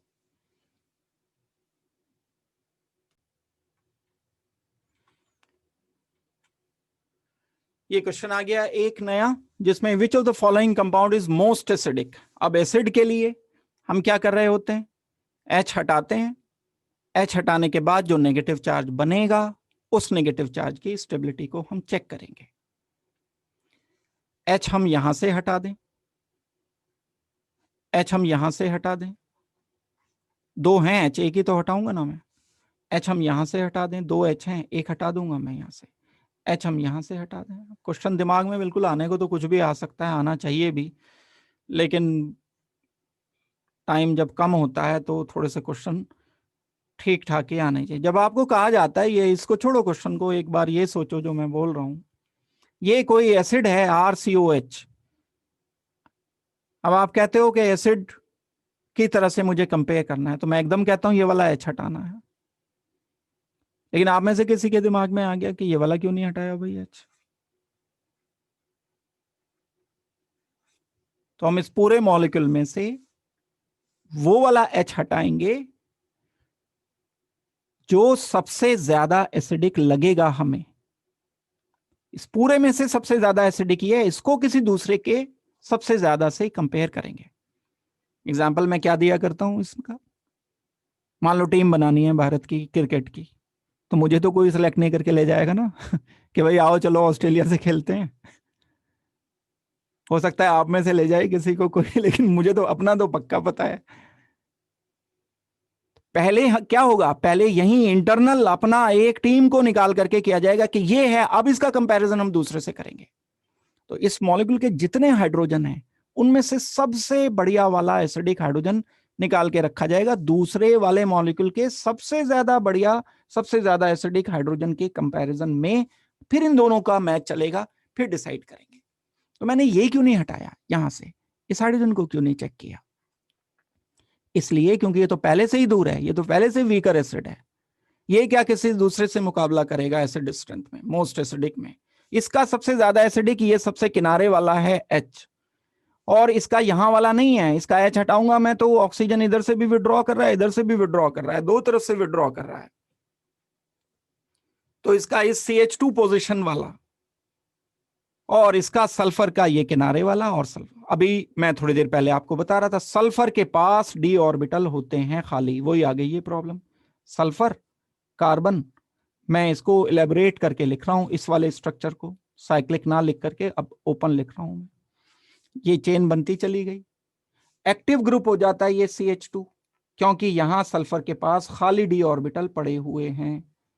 ये खाली d ऑर्बिटल भी कैपेबल हैं रेजोनेंस करने में। d ऑर्बिटल 3d0 कॉन्फ़िगरेशन रहता है इसका। अब 3p तक तो यूज हो गए, 3d0 है। जब आपने ये H हटाया, H हटाने के बाद कार्बन पर चार्ज आ गया नेगेटिव। ये नेगेटिव चार्ज का जो लोन पेयर था वो लोन पेयर p ऑर्बिटल का था। ये p ऑर्बिटल इस d ऑर्बिटल से एक टाइप की बॉन्डिंग आपने पढ़ी है, p पाई d पाई बॉन्डिंग कर सकता है। ठीक है, वीक ही सही, हो तो रहा है ना रेजोनेंस, कहीं किसी और में तो वीक भी नहीं हो रहा है। ये वीक पोअर रेजोनेंस होता है, पी पाई रेजोनेंस स्ट्रांग होता है, पी पाई डी पाई वीक होता है। तो जैसे ही मैं इस नेगेटिव चार्ज को कार्बन के डिलोकलाइजेशन कराऊंगा तो इधर डिलोकलाइजेशन इधर, जबकि यहां पर एक ही तरफ हो रहा है, यहां पर तो हो ही नहीं रहा है, सिर्फ इंडक्टिव इफेक्ट है। इंडक्टिव इफेक्ट से डोमिनेट तो रेजोनेंस करता है। इसमें डी है, जैसे ही डी से मैंने एच हटाया, ये नेगेटिव चार्ज सबसे ज्यादा स्टेबल रेजोनेंस की वजह से बना, और क्योंकि रेजोनेंस की वजह से बना तो नेगेटिव चार्ज की स्टेबिलिटी ज्यादा हो गई, वीक बेस हो गया। वीक बेस का कॉन्जुगेट एसिड ये एच हटना, दैट मीन सबसे ज्यादा आसान है। तो इस हिसाब से हमारा आंसर बिल्कुल टिपिकल टाइप के एग्जांपल हैं। दो सल्फर दिखे, उनके बीच में एक CH2 दिखे, और बाकी कोई और टाइप का रेजोनेंस नहीं हो रहा है कहीं, तब आप इससे ज्यादा बताओगे। मैंने कंडीशनल कहा है, ऐसा नहीं कि बस इसी को सभी हमेशा बता देना है। तो इसमें हमें आंसर डी करना होगा, मोस्ट एसिडिक।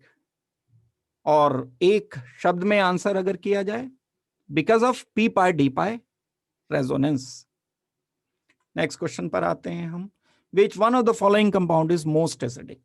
आसान प्रॉब्लम है बिल्कुल। जब H हटता है तो नेगेटिव चार्ज जो बनता है उसकी स्टेबिलिटी चेक करनी है हमें। H हटेगा तो नेगेटिव चार्ज ऑक्सीजन पर आएगा, ऑक्सीजन पर आएगा, ऑक्सीजन पर, ऑक्सीजन पर। साइज से कंपेयर नहीं कर सकते, कंपैरिजन नहीं कर सकते, इलेक्ट्रोनेगेटिविटी से कंपैरिजन नहीं कर सकते, क्योंकि सारे ऑक्सीजन ही हैं, साइज सब ऑक्सीजन का सेम है। रेजोनेंस से कंपैरिजन नहीं कर सकते क्योंकि सब में रेजोनेंस हो रहा है और बराबर रेजोनेंस हो रहा है। ऑक्सीजन नेगेटिव, ये रेजोनेंस देगा तो भाई ये भी उतना ही देगा रेजोनेंस, ये भी उतना ही रेजोनेंस देगा, ये भी उतना ही रेजोनेंस देगा, कोई एक्स्ट्रा रेजोनेंस नहीं है। Still resonance is not deciding, क्योंकि सब में बराबर का रेजोनेंस है। बात अब आ जाती है इंडक्टिव इफेक्ट की। इंडक्टिव इफेक्ट में ये जो ग्रुप हमारे पास लगा हुआ है, एक NO2 वाला, ये NO2 group strong electron withdrawing की तरह से काउंट करता है। ये NO2 ग्रुप लगा है। अपनी तरफ ये इलेक्ट्रॉन खींच करके इस नेगेटिव को स्टेबल बनाता है। Cn is still electron withdrawing, Cl is still electron withdrawing, OH is withdrawing, लेकिन सबसे ज्यादा विड्रॉइंग इसमें है NO2। स्ट्रेंथ NO2 की इंडक्टिव इफेक्ट की बहुत ज्यादा होती है। NO2 इन सब में सबसे ज्यादा इलेक्ट्रॉन, भाई एक नाइट्रोजन दुनिया का तीसरे नंबर का इलेक्ट्रोनेगेटिव एलिमेंट, 2 ऑक्सीजन दुनिया का दूसरे नंबर का इलेक्ट्रोनेगेटिव एलिमेंट, तो ये तीन मिलकर के खींच रहे हैं। ज्यादा विड्रॉइंग होंगे, ज्यादा स्टेबल नेगेटिव चार्ज हो जाएगा, और ज्यादा स्टेबल होगा तो वीक बेस बनेगा। कौन सा सबसे वीक बेस बनेगा? CH2NO2 COO नेगेटिव सबसे वीक बेस बनेगा, और जितना वीक बेस उसका कॉन्जुगेट एसिड उतना स्ट्रॉन्गर। ये इसका कॉन्जुगेट एसिड है, H लगा दिया तो ये मोस्ट एसिडिक होना चाहिए। तो हमारा आंसर यहां पर बी है। तो ये बहुत मुश्किल प्रॉब्लम नहीं है, आसान सी प्रॉब्लम ये है। हम इसमें आंसर को बी कर देंगे। आई होप कि ये आपको समझ आ गई होगी बात, सिंपल सी बात थी। Arrange basicity of A given compound in decreasing order. अभी हम थोड़ी देर पहले डिस्कस कर रहे थे कि लोन पेयर की स्टेबिलिटी को चेक करने के लिए हम कई सारे फैक्टर्स को डिसाइड करते हैं। एक नाइट्रोजन का लोन पेयर, एक ये नाइट्रोजन का लोन पेयर, और एक और ये तीसरे नाइट्रोजन का लोन पेयर कंपेयर करना है। इलेक्ट्रोनेगेटिविटी तीनों की बिल्कुल बराबर है, लेकिन अगर आप ध्यान दो तो इसमें इंडक्टिव इफेक्ट बिल्कुल अलग अलग हो रहा है। ये sp3 carbon, sp2 carbon, sp carbon, electron withdrawing group, ये इलेक्ट्रॉन विड्रॉइंग, ये इलेक्ट्रॉन डोनेटिंग, तो डोनेट करके तो ये इसे डिस्टेबलाइज करेगा, बेस स्ट्रेंथ बढ़ जाएगी। सबसे ज्यादा बेस स्ट्रेंथ तो इसी की होगी। सबसे कम इलेक्ट्रोनेगेटिव है, जितना कम इलेक्ट्रोनेगेटिव होगा उतना लोन पेयर ज्यादा अवेलेबल होगा। जब कम इलेक्ट्रोनेगेटिव है तो ये तो दे देगा आराम से लोन पेयर। इलेक्ट्रोनेगेटिविटी कहते किसको हैं? लोन पेयर को अपने पास होल्ड करके पकड़ के रखने की टेंडेंसी, या बॉन्ड पेयर को भी अपनी तरफ खींचने की टेंडेंसी, यही इलेक्ट्रोनेगेटिविटी है। कम है इसकी, कम पावर है तो दे देगा, ये ज्यादा बेसिक होगा। जो sp2 है, ये sp2 थोड़ा सा इलेक्ट्रोनेगेटिव ज्यादा है तो ये अपनी तरफ विड्रॉ करेगा। ये sp तो और ज्यादा इलेक्ट्रोनेगेटिव है, और ज्यादा इलेक्ट्रोनेगेटिव है तो और विड्रॉ करेगा। तो सबसे कम बेसिक, सबसे ज्यादा बेसिक, ये हमारा आंसर होना चाहिए। ए सबसे ज्यादा बेसिक है, सी सबसे कम बेसिक है, तो ए ही हमारा आंसर है। इलेक्ट्रॉन इंडक्टिव इफेक्ट अप्लाई किया मैंने, इंडक्टिव इफेक्ट के बेस पर हमने इसको डिसाइड किया। और अगर रेजोनेंस की बात करते हो तो रेजोनेंस से भी देख लो, रेजोनेंस इसमें भी हो रहा है, रेजोनेंस इसमें भी हो रहा है, इसमें नहीं हो रहा है तो फिर भी सबसे ज्यादा बेसिक हो गई है। किसी को अगर लगता है तो वो भी ठीक है, ऐसा सोचना भी करेक्ट है। दूसरा क्वेश्चन देखते हैं इसके बाद। Increasing order of basic strength among the following. इस नाइट्रोजन के लोन पेयर को इससे इससे इससे कंपेयर करना है। आसान प्रॉब्लम है, यहां कोई रेजोनेंस नहीं है। रेजोनेंस पे मैं क्यों पहुंच गया सीधा? पहले की दो चीजें सेम है, साइज दोनों का, नाइट्रोजन तीनों चारों का सेम है, इलेक्ट्रोनेगेटिविटी चारों नाइट्रोजन की फर्स्ट सेकंड थर्ड फोर्थ में सेम है। अब हमें क्या करना है, इसे करेक्ट कर लेना, 4 कर लेना, ये 4 लिखना चाहिए मुझे यहां। अब हमें क्या करना है, इनफैक्ट हमें इसमें रेजोनेंस के बेस पर चेक करना होगा, इसलिए मैं डायरेक्ट रेजोनेंस पर पहुंच गया। थर्ड में कोई रेजोनेंस नहीं हो रहा है, डोनेटिंग ग्रुप लगे हुए हैं, रेजोनेंस नहीं हो रहा है तो ये अवेलेबल है, डोनेट किया जाएगा। सबसे ज्यादा बेसिक तो थर्ड ही होगा। तो बात आ गई ए एंड डी पर, क्योंकि सबसे ज्यादा ये दिए हुए हैं। अब हम करते हैं, अगर फोर्थ में, सेकंड में, फर्स्ट में रेजोनेंस, फर्स्ट में रेजोनेंस 2 रिंग में हो रहा है, इस वाले रिंग में भी होगा, इस वाले में भी होगा, काफी ज्यादा रेजोनेंस है, बहुत स्टेबल होगा, बहुत वीक बेस होगा। एक में हो रहा है बस, यहां भी एक में हो रहा है। लेकिन अगर मैं सेकंड एंड फोर्थ को कंपेयर करता हूं तो यहां एक extra CH3 electron donating group लगा हुआ है, इलेक्ट्रॉन रिलीजिंग ग्रुप। तो अगर मैं सेकंड एंड फोर्थ को देखूंगा तो इसमें तो सिर्फ रेजोनेंस है एक रिंग का, और इसमें रेजोनेंस के साथ साथ एक रिलीजिंग ग्रुप भी लगा है। तो सेकंड ज्यादा होना चाहिए फोर्थ के कंपैरिजन में। तो सबसे ज्यादा थर्ड, क्योंकि कोई रेजोनेंस नहीं, फिर सेकंड क्योंकि एक रेजोनेंस और एक रिलीजिंग, फिर फोर्थ सिर्फ एक रेजोनेंस, फर्स्ट सबसे कम क्योंकि दो तरफ रेजोनेंस इस लोन पेयर ने दिया। जितना ज्यादा रेजोनेंस उतना ये लोन पेयर कम अवेलेबल, जितना कम अवेलेबल उतना ज्यादा स्टेबल, जितना ज्यादा स्टेबल उतना वीक बेस। वीक बेस हमें बताना है, बेस स्ट्रेंथ सबसे कम होगी 1 की। ये लाइन ऑफ एक्शन रहना चाहिए आपका क्वेश्चन सॉल्व करने के लिए। तो हम इसमें आंसर ए रिपोर्ट करेंगे। तो आई होप कि आपको ये बात क्लियर हो गई होगी। नेक्स्ट क्वेश्चन देखते हैं इसके बाद। Arrange the following compound in decreasing order of their acidic strength. Decreasing order मतलब इलेक्ट्रॉन विड्रॉइंग ग्रुप अगर लगे हैं किसी एसिड के साथ तो एसिड स्ट्रेंथ बढ़ जाती है, इलेक्ट्रॉन रिलीजिंग ग्रुप लगे हैं किसी एसिड के साथ तो एसिड स्ट्रेंथ कम हो जाती है। यही कहानी यहां पर भी है, सब कुछ एक ही जैसा है, बस अंतर है तो ये जो ऑर्थो पोजीशन पर ग्रुप लगे हैं तो सिर्फ इनका अंतर है और कोई फर्क नहीं है,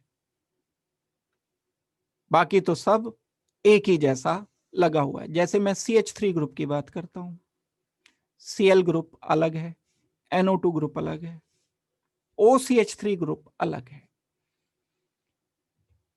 ये 4 ग्रुप लगे हैं। अब इन्हें मुझे डिसाइड करना है कि कौन इलेक्ट्रॉन विड्रॉइंग ग्रुप है एंड कौन इलेक्ट्रॉन डोनेटिंग ग्रुप है। आप जानते हो कि methyl group electron donating group की तरह से एक्ट करता है, तो मैं इसको नाम दूंगा इलेक्ट्रॉन रिलीजिंग ग्रुप। डोनेट करके एसिड स्ट्रेंथ को कम कर देगा, रिड्यूस करेगा। ये डोनेटिंग ग्रुप क्या करते हैं, इलेक्ट्रॉन रिलीजिंग ग्रुप क्या करते हैं, एसिड स्ट्रेंथ को कम कर देते हैं। Cl इलेक्ट्रॉन विड्रॉइंग ग्रुप है, एसिड स्ट्रेंथ को बढ़ाएगा कुछ थोड़ी बहुत। NO2 Cl क्या था, इलेक्ट्रॉन विड्रॉइंग था, NO2 क्या था, बड़ा स्ट्रॉन्ग विड्रॉइंग था, ज्यादा विड्रॉ करता है, ये ज्यादा विड्रॉ करता है तो एसिड स्ट्रेंथ को ज्यादा बढ़ाएगा। बात आती है OCH3 ग्रुप की।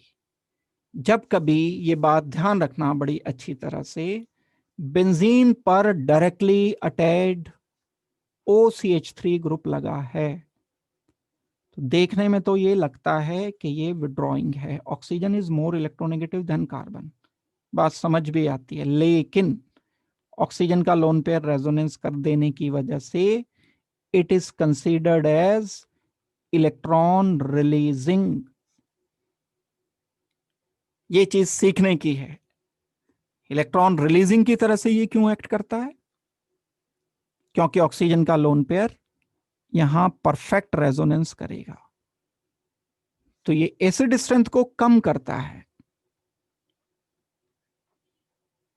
एसिड स्ट्रेंथ को ये रिड्यूस करेगा। इससे भी बड़ी बात, बेंजीन पर एक CH3 लगा है, बेंजीन पर एक OCH3 ग्रुप लगा है, इन दोनों में ज्यादा इलेक्ट्रॉन रिलीजिंग कौन सा होगा, तो जो इंडक्टिव इफेक्ट से रिलीजिंग है वो होगा या जो रेजोनेंस से इलेक्ट्रॉन रिलीजिंग है वो होगा। तो मेरा आंसर होगा कि जो इलेक्ट्रॉन रिलीजिंग से रेजोनेंस से इलेक्ट्रॉन रिलीजिंग होगा वो ज्यादा स्ट्रॉन्ग इलेक्ट्रॉन रिलीजिंग काउंट होगा। क्या कंक्लूजन निकाला मैंने? OCH3 is more electron releasing than CH3। क्यों रिलीजिंग है?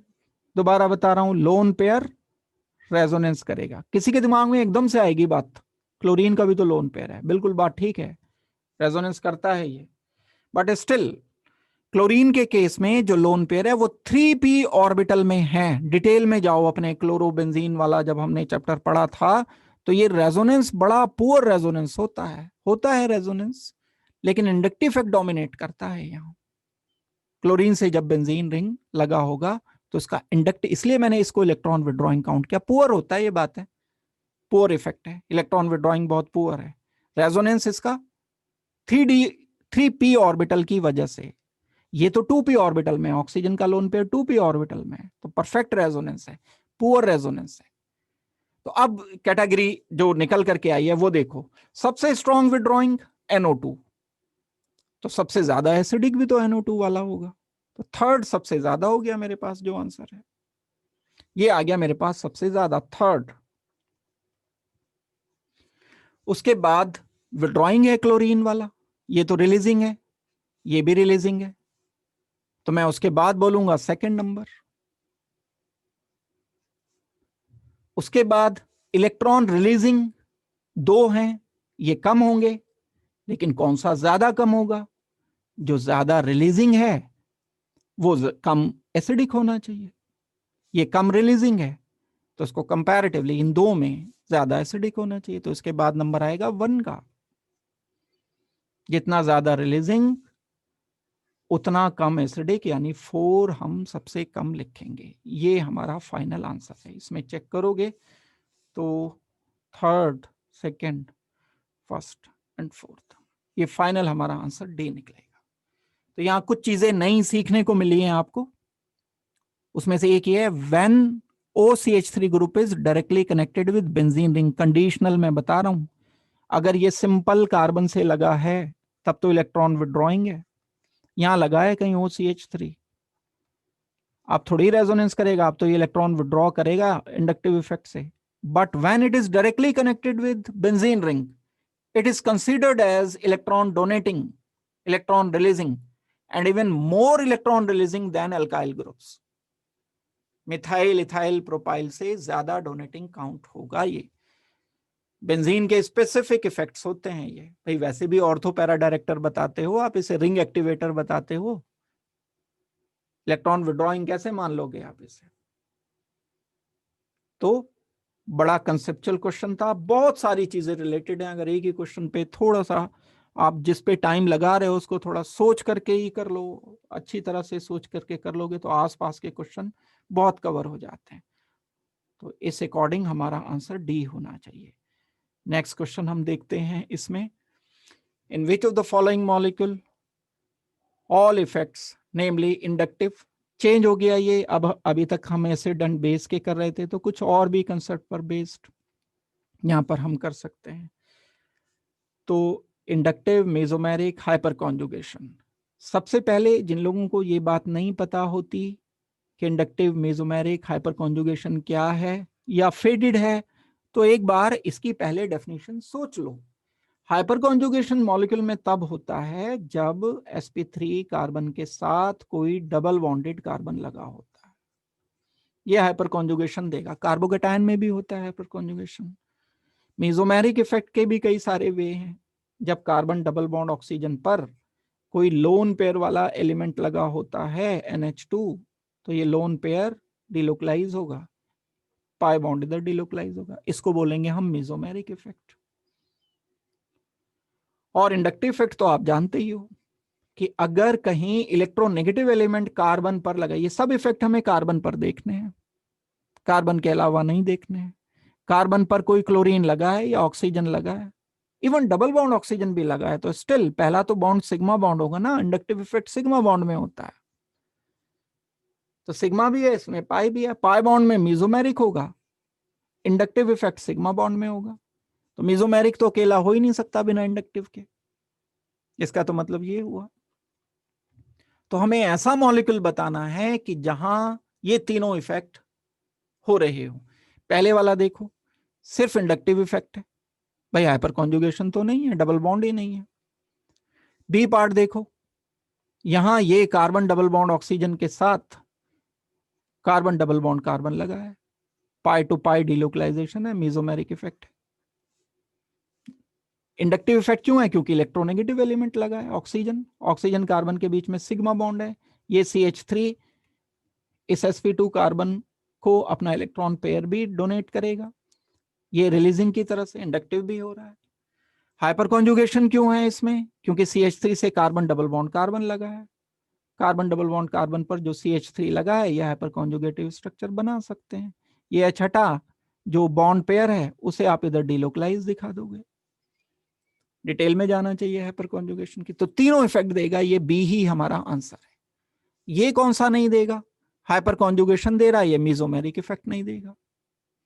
ये सिर्फ रेजोनेंस दे रहा है, इंडक्टिव इफेक्ट कोई नहीं है इसके अंदर, हाइपर कॉन्जुगेशन कोई नहीं है डी में। फाइनली हमारा आंसर बी हो जाना चाहिए।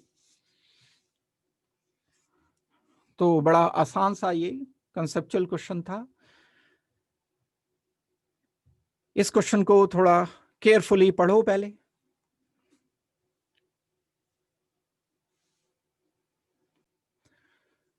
तो इसमें जब हम कार्बन क्लोरीन बॉन्ड तोड़ रहे हैं तो Cl नेगेटिव अलग हो जाता है और साथ में एक कार्बन पॉजिटिव बनता है।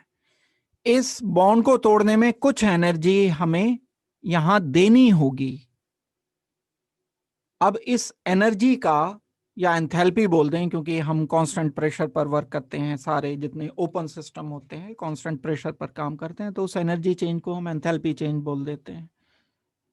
तो अब सबसे ज्यादा एनर्जी कहां पर चाहिएगी? जो सबसे मुश्किल काम होगा उसी में तो चाहिएगी ना। और सबसे मुश्किल काम कौन सा होगा? जो सबसे कम स्टेबल कार्बोकैटायन बनेगा वो बनना ही नहीं चाहेगा, तो सबसे मुश्किल होगा। कंक्लूजन ये निकलता है कि अगर आप दो बॉन्ड तोड़ रहे हो, मैं सिंपल क्वेश्चन में करके बताता हूं, यहां जो मैं लिख रहा हूं इसे देखो राइट हैंड पर। एक मेरे पास ये कार्बन क्लोरीन बॉन्ड तोड़ना और दूसरा ये वाला कार्बन क्लोरीन बॉन्ड तोड़ना, इससे बनेगा प्राइमरी कार्बोकैटायन, इससे बन जाएगा टर्शरी कार्बोकैटायन। टर्शरी कार्बोकैटायन की स्टेबिलिटी ज्यादा है, तो ज्यादा स्टेबल बनना आसान है, इसमें एंथैल्पी या एनर्जी कम लगेगी, कम रिक्वायर्ड होगी। जबकि ये प्राइमरी अनस्टेबल होते हैं कार्बोकैटायन, कार्बोकैटायन की स्टेबिलिटी पर बेस्ड है ये क्वेश्चन। प्राइमरी कार्बोकैटायन की स्टेबिलिटी कम होती है। अगर कम स्टेबल है तो हमें क्या करना चाहिए? हमें इसके लिए जो एनर्जी रिक्वायर्ड होगी वो ज्यादा एनर्जी रिक्वायर्ड होगी, डेल्टा एच का एनर्जी का मैग्नीट्यूड डेल्टा एच ज्यादा रहेगा। तो बस अब हमें क्या करना है? कुछ नहीं, स्टेबिलिटी देखनी है कार्बोकैटायन की। जो कार्बोकैटायन जितना ज्यादा स्टेबल है उसमें एनर्जी उतनी ही कम रिक्वायर्ड होगी। जो जितना कम स्टेबल है उसमें एनर्जी उतनी ही ज्यादा देनी पड़ेगी। ये है हमारा बेसिक। अब देखो, ये सेकेंडरी कार्बोकैटायन बना, पहले वाला, ठीक है, मुझे इससे कंपेयर करना है। जो सेकंड केस में कार्बोकैटायन बना ये रेजोनेंस कर रहा है, रेजोनेंस करके स्टेबल है, ठीक है। थर्ड पे आते हैं। थर्ड वाला ये है तो प्राइमरी लेकिन रेजोनेंस बहुत सारे दे रहा है, ये पॉजिटिव इधर आ गया, ये फिर रेजोनेंस हुआ इधर आ गया, ये रेजोनेंस हुआ इधर आ गया, तो 4-5 रेजोनेंस स्ट्रक्चर बन गए, तो हाईली हाईली स्टेबल तो ये हो गया। इसकी बात करें अगर बेंजीन पर, कोई रेजोनेंस नहीं देगा, उल्टा ये कार्बन क्लोरीन बॉन्ड तोड़ना, तो पहले अपनी दूसरी वाली नॉलेज भी अगर आप लगा देते हो कि कार्बन ये sp2 कार्बन है जिस पर क्लोरीन लगा हुआ है, ये sp2 कार्बन पर क्लोरीन बॉन्ड तोड़ना बड़ा मुश्किल काम है, बहुत ज्यादा एनर्जी चाहिए भाई, सबसे ज्यादा तो यही दिख रही है अभी तक। मोर ओवर आपने Cl हटा भी दिया, कार्बन पॉजिटिव बना भी दिया, तो ये तो इलेक्ट्रोनेगेटिव एलिमेंट पर बना पॉजिटिव चार्ज, बहुत कम स्टेबल है। दूसरी बात, रेजोनेंस नहीं कर रहा है, ध्यान रखना, ये रेजोनेंस इसलिए नहीं है, वही वाला कंसेप्ट जो भी पिरिडीन में पढ़ा था, ये ऑर्बिटल और ये ऑर्बिटल परपेंडिकुलर है, इसमें sp2 कार्बन है, ये इसमें रेजोनेंस नहीं होगा। ये सबसे मुश्किल से कार्बोकैटायन बनेगा, डेल्टा H4 सबसे ज्यादा होनी चाहिए, सबसे ज्यादा डेल्टा H4 तो बस बी में ही है। इसका मतलब ये नहीं है कि आंसर यहीं सॉल्व हो गया, ये और भी करना चाहिए, आपको चेक कर लेना चाहिए। फिर सबसे कम एनर्जी कहां चाहिए, जो सबसे स्टेबल कार्बोकैटायन था, थर्ड वाला, ये वाला H3 सबसे कम एनर्जी, ठीक है, वो भी इसी में है। इन बिटवीन ये स्टेबिलिटी ऑफ कार्बोकैटायन का, ये ज्यादा स्टेबल है, ये कम स्टेबल है, ज्यादा स्टेबल है तो एनर्जी कम, कम स्टेबल है तो एनर्जी ज्यादा, हमारा ऑप्शन बी रहेगा। ये फाइनली हमारे आंसर आने चाहिए। तो मैं समझता हूं कि आज की क्लास में इतना ही कर पाएंगे, यही 17-18 क्वेश्चन ही हो पाते हैं अगर तसल्ली से डिस्कस करो तो। और अगर फिर मैं बस जस्ट आंसर बता के या जस्ट सुपरफिशियली करूं, वो भी टाइम आएगा, आप लोगों के जब कंसेप्ट बड़े पक्के हो जाएंगे वो भी टाइम आएगा कि आप जैसे ही क्वेश्चन देखोगे खटाक से आंसर, मुझे पता है कि कहाँ पर चल रहा है, तो मैं इसलिए सारी थ्योरी बता के चल रहा हूँ, भले ही हम कम क्वेश्चन करें लेकिन जितने करें बस वो आ जाएं। अभी ये मेरी तरफ से हुए हैं, अभी आपको एक बार और इस पर टाइम देना पड़ेगा। अब आप इसको सिर्फ क्वेश्चन देख करके खुद से सॉल्व करो, जो कंसेप्ट्स बताए गए हैं उसको दोबारा से रिवाइज करो, इसी को करो, नए क्वेश्चन करने से बेटर पहले इसको करो। नए क्वेश्चन करोगे तो फिर वो नए कंसेप्ट उसमें लग जाते हैं, फिर होते नहीं है, फिर कंफ्यूजन आता है, फ्रस्ट्रेशन आता है। पहले इन्हें पक्के कर लो, जो ये बड़े पक्के हो जाएंगे, ये अगर पूरे असाइनमेंट 3 असाइनमेंट हैं, 75 क्वेश्चन है, ये कर लोगे तो ज्यादातर जीओसी के क्वेश्चन आप करने में केपेबल हो, अच्छे क्वेश्चंस जो हैं वो आप करने में केपेबल हो जाओगे। तो पहले हम इसी एरिया पर वर्क करते हैं क्योंकि ये प्रोमिनेंट एरिया है जहां से ज्यादा चांस रहते हैं। तो अगली क्लास में मैं बता दूंगा आपको कि टॉपिक किस तरह से करना है, कौन सा टॉपिक। तो आज की क्लास में इतनी ही रख रहा हूं।